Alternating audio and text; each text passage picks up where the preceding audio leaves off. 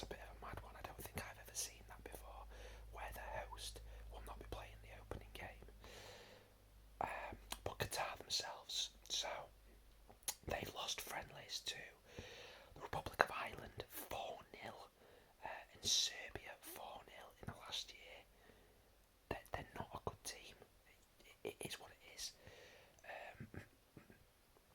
Ecuador, they've done well to qualify. They haven't won in their last 5 though, which is a problem. They're not in good form. Momentum's really dried up for them. They don't have a lot of well-known players at all. Their key player and captain still is Enner Valencia, now at Fenerbahce, who Premier League aficionados will probably remember was at West Ham for a while. Then we've got Senegal, undefeated in nearly a year, other than like the first leg, I think, in the playoff versus Egypt that they had. They've just won AFCON. They've just beat Egypt again to get to the World Cup. They've got a really good spine of their team as well in Edouard Mendy, Koulibaly, Idrissa Gueye, Sadio Mane. I think of all the African teams, they are the best right now. For me, there's no denying it. They're the best African team, and it'll be interesting to see what they can do in this World Cup. And then you've got the Netherlands, of course, as well, who they lost to the Czech Republic in the Euros last summer. Since then, they're undefeated, but they don't look like world beaters. They've got issues at goalkeeper for me. Tim Krul, he's not an elite international keeper. They've got really strong options in defence though that hopefully makes up for that. Obviously they've got Van Dijk, De Ligt, Nathan Ake, who's now getting a bit of game time at City because of their injuries. Daley Blind, who's just been resurgent since he went back to Ajax.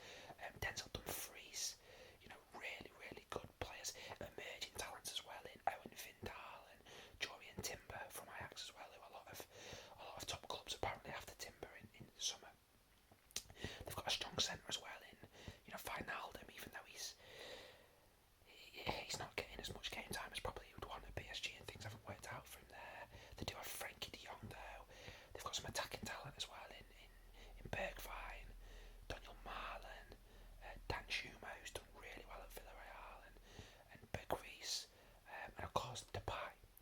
And Depay scores a lot of goals for them. A lot of goals for the Netherlands. He seems to be just a better player all round for the Netherlands than he is Barca.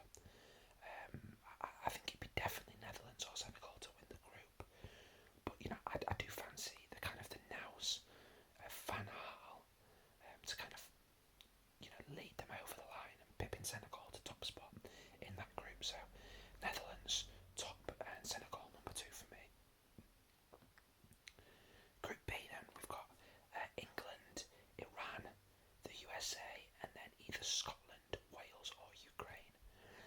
Firstly, I'm going to back Scotland to make it through. I just feel they've got a lot of momentum over the last 12 months, so I'm going to go for them. England, obviously we lost the final of the Euros to Italy. We are undefeated since then, and we are one of the favourites again. Pickford, ever reliable in an England shirt. Options at right back, I would say, are probably the envy of the world. Will Trippier even go? And then we've got Alexander Arnold, who's in the form of his life, and Reece James, who the same really there. The options at left back I think are solid. We should have Chilwell back by them, as well as Luke Shaw. He's a solid player. Midfield and attacking options. Perhaps bar a really strong backup for Kane. The whole midfield and attack is just insane. It's really, really good. The elephant in the room, once again for England, is centre back though. It has to be. When I did the research for this, John Stones had played 11 times for City in the Premier League this season.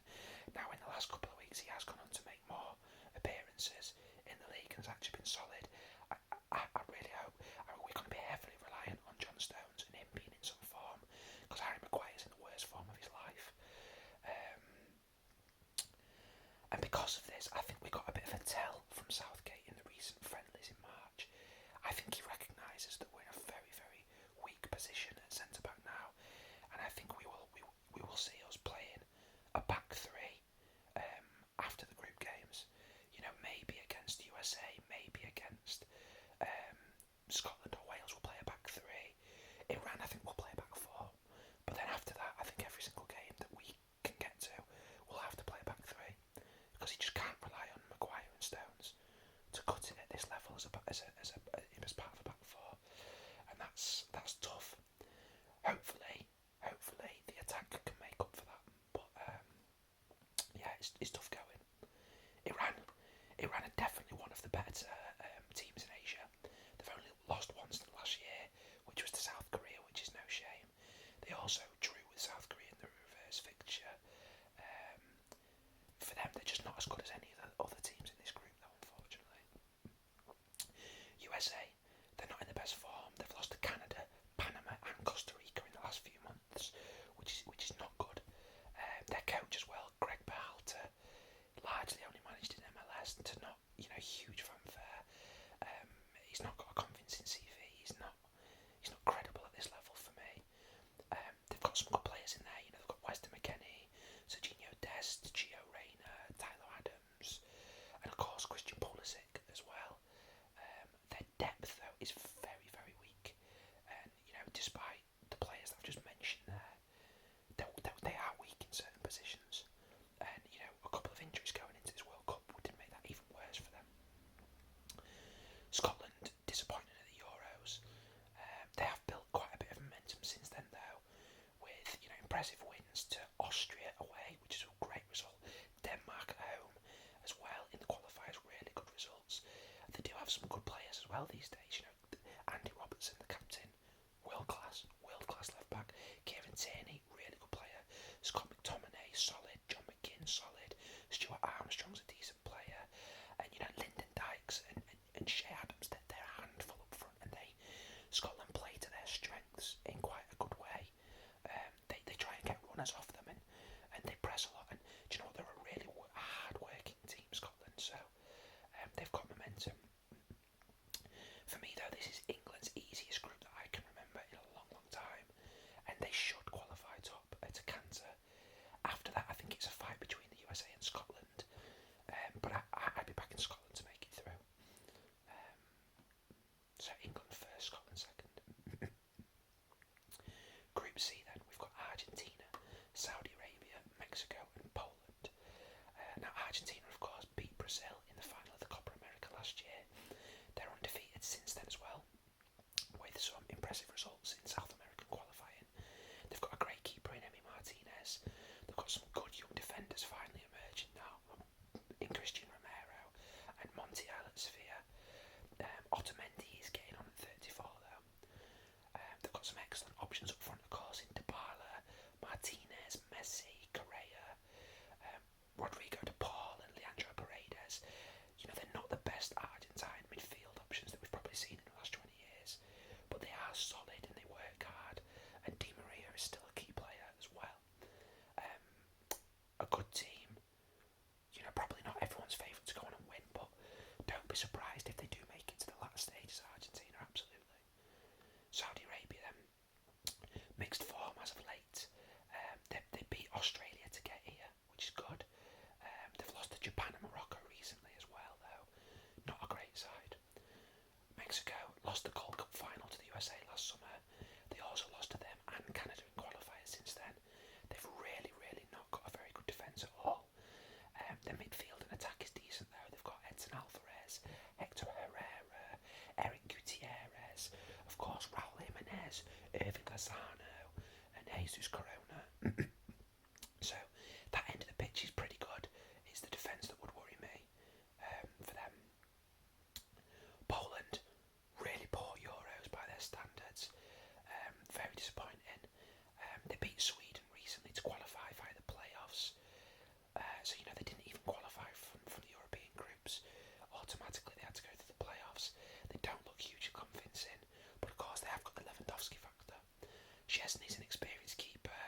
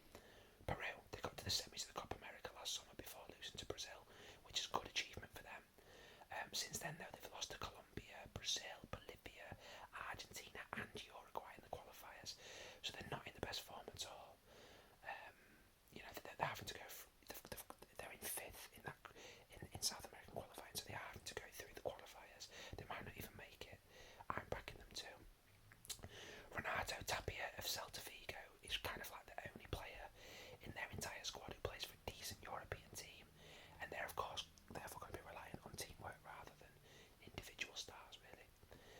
Denmark, they had a fantastic Euros, of course, getting to the semis before losing to England.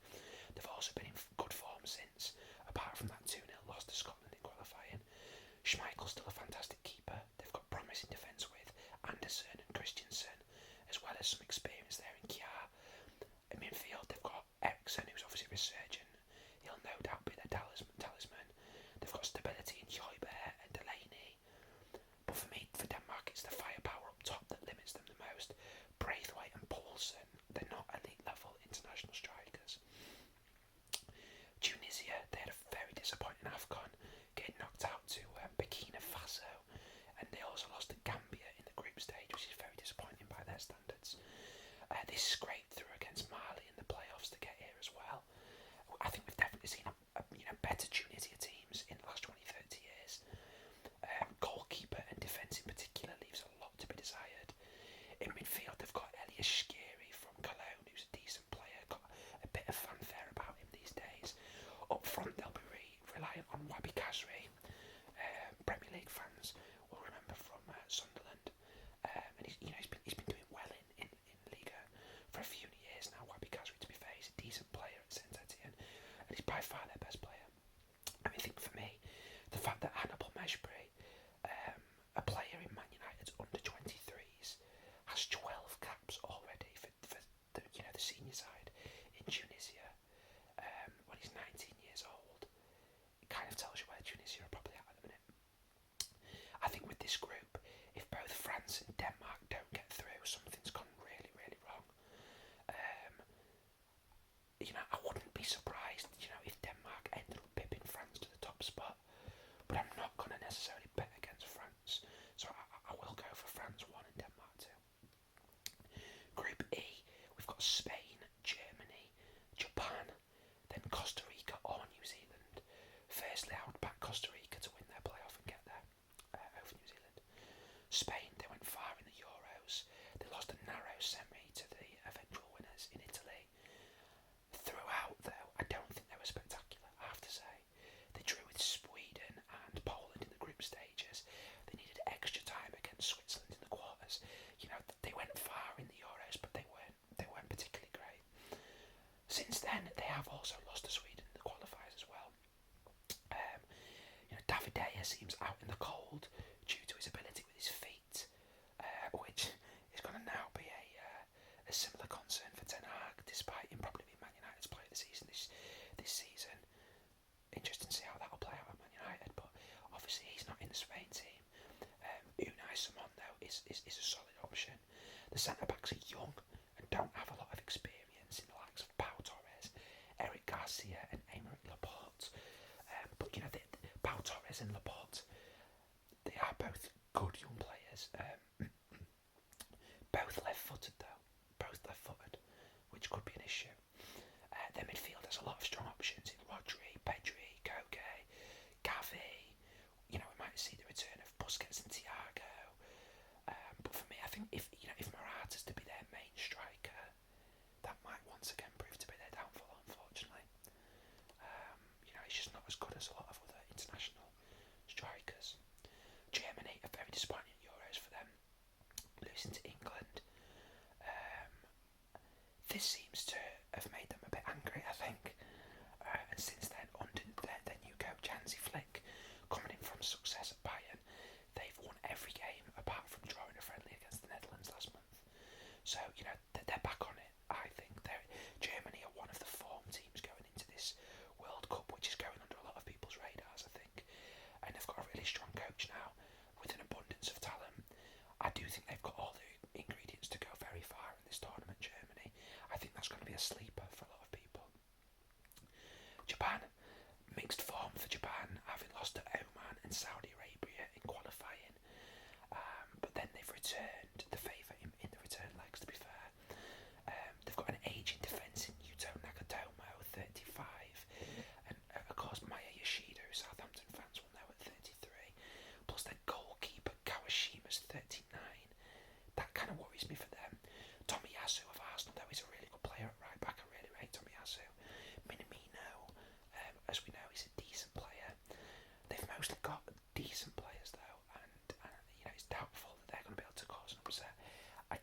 this is the best Japan team we've seen in the last 20, 30 years. Costa Rica, they had a really poor 2021, but 2022 has really upturned for them quite dramatically, which has saved their bid to qualify for the World Cup with some really impressive wins against Canada and the USA. Keylor Navas, as you'd imagine by a country mile, is still their best player. They've got no one else playing for a big European team, and Brian Ruiz, who's now playing in the Costa Rican League and is 36, is their captain. I wouldn't expect much from them. As I say, I think Germany could have a really big tournament. Luis Enrique is a very good manager, but I think Spain has got a lot of young promise, and I think they need to grow a little bit more. I think Spain. So I'm going to go for Germany 1, Spain 2. Group F, we've got Belgium, Canada, Morocco, and Croatia, which is a nice little group. Belgium, disappointing Euros by their standards, losing to Italy in the quarters. They've won all of the qualifying since then, apart from drawing against Wales. A 3-0 win against the Czech Republic was obviously a really good result on the back of the Euros that the Czech Republic have had. But to be fair, the rest of the opposition that Belgium has faced in the last year has been poor, so it's quite hard to determine where they're at. I think there's a definite feeling, and I would definitely share this opinion, that the kind of golden era of this Belgian side is on the decline. They've probably missed their best opportunities by now, I would say. Alderweireld is now 33 and playing in Qatar. Vertonghen is 34 and definitely past his best, and Vermaalen's now retired after the Euros. The younger generation is decent in Denayer at Lyon and Boyata at Berlin, but the defence is clearly not as strong as it was, say, 4 years ago at the last World Cup. In midfield, Hazard's still the captain, and he's nowhere near the player he was at Chelsea. Can barely get in the Real Madrid team at times. Axel Witsel at Dortmund is still dependable, but he's now 33 and again potentially not at his best. Thankfully for Belgium, De Bruyne is still in his prime, and Tielemans is really growing in importance as well. In attack though, Dries Mertens is 34 and is starting to show signs of decline at Napoli. Lukaku's had a really poor season at Chelsea. It's not looking great for this squad, and on top of that, kind of to stick the boot in, I've never been convinced by Roberto Martinez. I don't think he's a particularly good manager. I really don't. Canada then. So Canada lost in the group stage of the World Cup to the USA, and they were knocked out in the semis by Mexico. Since then, though, they've gone on to qualify top of their group for the World Cup. They are largely a team of 2 stars, Alphonso Davies and Jonathan David. The rest largely play in the MLS.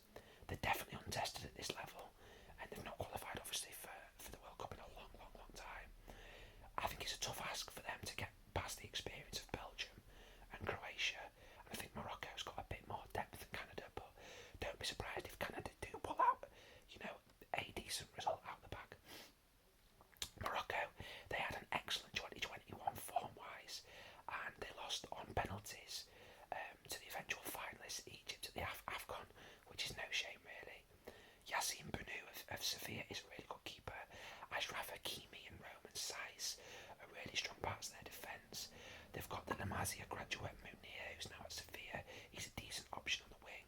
Of course, Hakim Ziyech is exceptional, as is Neri at Sevilla.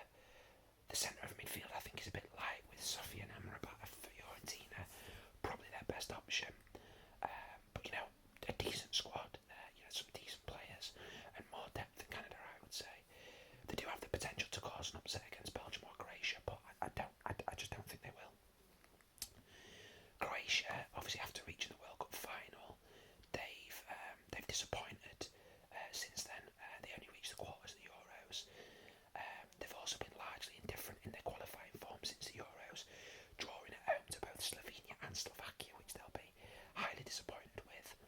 They do have some promising young players coming through in defence, in Josko Vardial of Leipzig, who obviously, as we know, could be on the move this summer, as well as Pongracic at Dortmund and Kaletakar at Marseille. Lovren's still only 32 and Vasalko's only 30 at Atletico. In midfield, obviously, they've got the evergreen Luka Modric at 36, who's still playing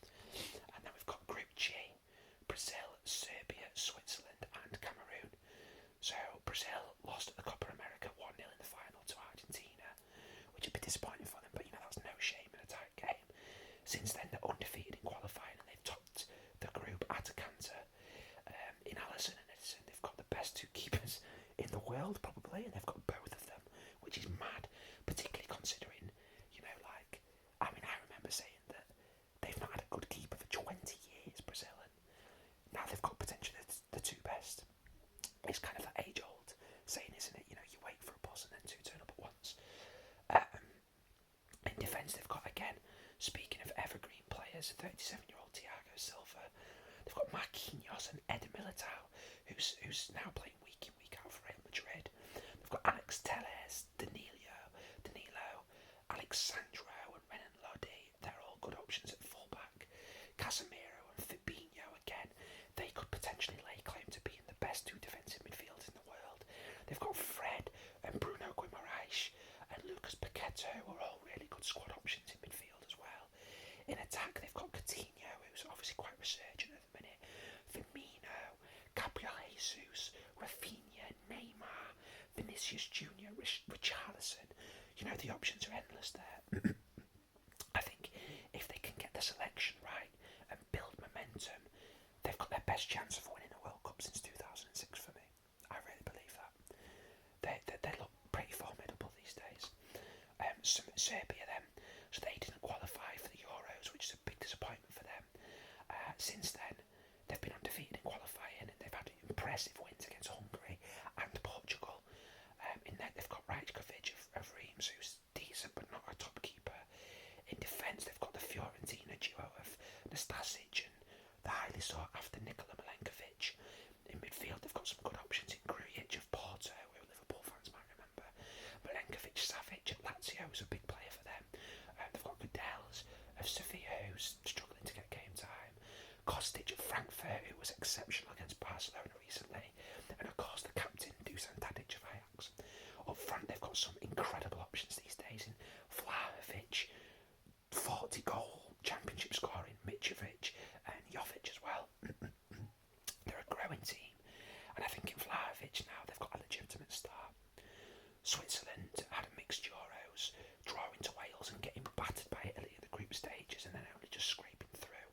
But they then went out to knock out France in the last 16, and they took Spain to extra time in the quarterfinals, which, you know, they built momentum there.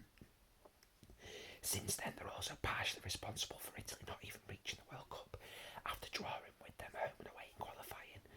They've got strong goalkeeping options in Jan Sommer and Gregor Kobel of Dortmund. They've got Manuel Akanji of Dortmund as well in defence. Fabian Schär, who's looking a lot better in Newcastle these days. Kevin Mbabu of Wolfsburg, who's pretty sought after at right back. Ricardo Rodriguez at left back as well, once of AC Milan. They've got Freuler of Atalanta in centre midfield, who's a really solid player, and their captain Granit Xhaka, who appears to be, you know, better for Switzerland than he does at Arsenal. They've also got Denis Zakaria of Juventus, who's not really getting game time at Juventus, but he's a solid player.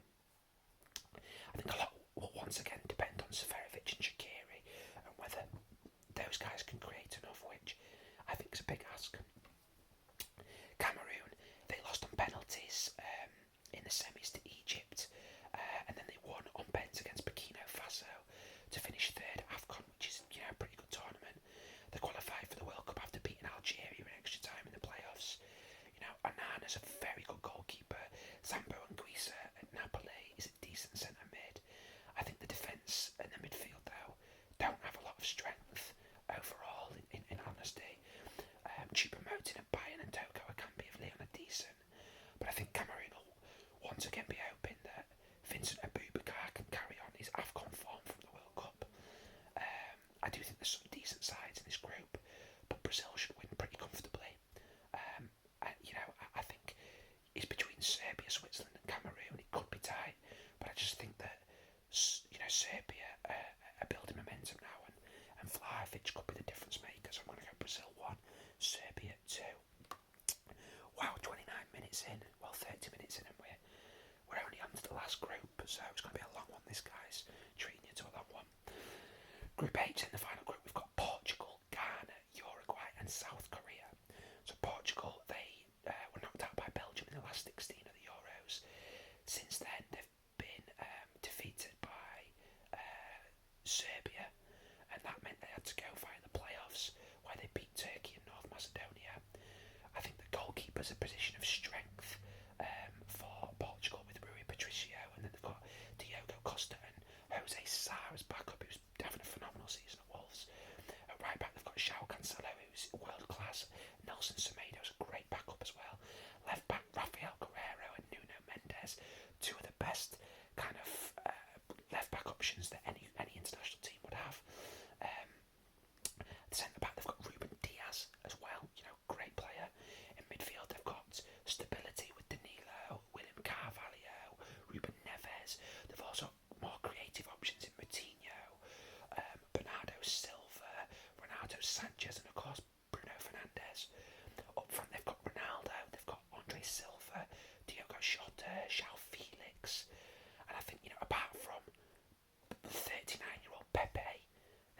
Matthias as centre back partner. I think most teams in the world would love to have a lot of Portugal's starting 11. For some reason, though, it doesn't click, and I personally think it's potentially Ronaldo, like it is for Man United, and I think we could see Portugal go on to do more once Ronaldo retires.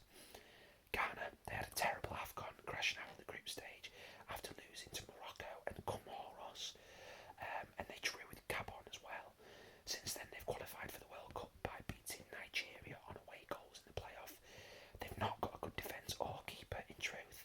Thomas Partey, of course, is a very good player in midfield, and up front they've got the AU brothers who are okay.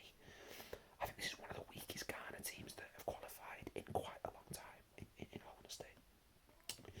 Uruguay, they lost to Colombia in the quarter-final of the Copa America on penalties.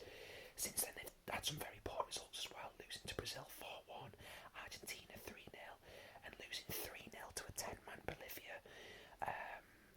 However, they've won the last 4 qualifiers to qualify, so they are in current good form. Fernando Muslera has got a lot of top-level experience in goal. In defence, they've got the captain Godin, who's now 36 and definitely past his best, as is Martin Caceres at 35, although Ronaldo Araujo of Barcelona and Jose Jimenez at Atletico, they bring some much-needed younger quality in defence.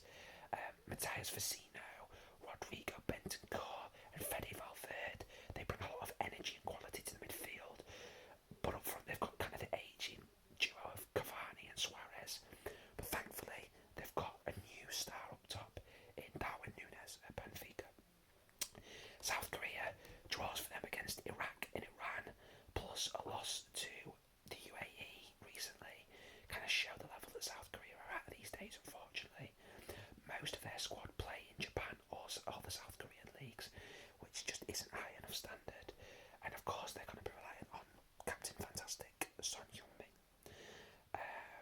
Portugal, in truth, although they're not in great form, they couldn't have asked for an easier group, I don't think. I fancy them to win it, and I fancy Uruguay to come through in second. So, Portugal and Uruguay then, the top 2 teams. So then, that brings us on to the last 16, where we've got a lineup of Netherlands versus Scotland, Argentina versus Denmark, England versus Senegal, France versus Poland, Germany versus Croatia, Brazil versus Uruguay, Belgium versus Spain, and Portugal versus Serbia. So Netherlands versus Scotland then. I'd fancy Netherlands to make it through that, in all honesty. I just think they've got more quality in every area of the pitch. But that'll have been a decent World Cup for Scotland getting out of the group stages, and it wouldn't be mental for Scotland to pull off a shock result there, to be honest. It wouldn't be out of the realms of possibility, and I'd love it if they did, but I think it would be the Netherlands who will go through in that time. Argentina versus Denmark. I think Argentina are good. They've been in good form for the last year. They won Copa America. I would fancy them to beat Denmark, particularly with a lot more quality up top. England versus Senegal. This could be a really big potential banana skin for England, in all honesty. This is the tie that I see us ending up having. I think Senegal will finish second in their group. I think we will win it, so I think it will be us versus Senegal, and it's a tie that worries me. If this is the game that we end up playing, I will be nervous going into this game, but I think we'll do enough to come through this game. I do. France versus Poland. I definitely think France will have too much for Poland, absolutely. Germany versus Croatia. Again, I think Germany could go far in this tournament. I think that they will beat a largely ageing Croatian team. Brazil versus Uruguay. Again, Brazil are in really good form, and they've battered Uruguay as seen in qualifiers. I've no reason to believe they wouldn't do the same again. So Brazil for me there. Belgium versus Spain is a very, very good tie. Very, very good tie. I fancy the kind of the youth of Spain to overcome the ageing elements of Belgium, and I think Spain will manage to just about come through that. That could go to pens though, it could go to extra time. Portugal versus Serbia. Now this is the one where I'm backing an upset. I think that Serbia will beat Portugal. To be honest, as they did in the groups, and that's why they qualified, and Portugal had to go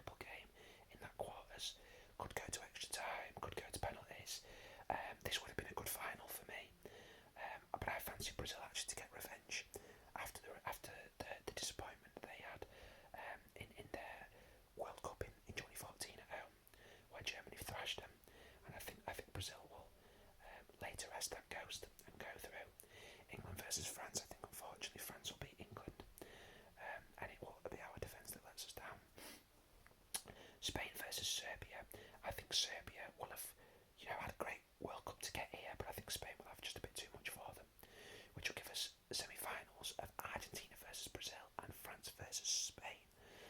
And I fancy Brazil to put to rest their disappointment of losing to Argentina in the Copa America final last year, and Brazil will make it through to the final.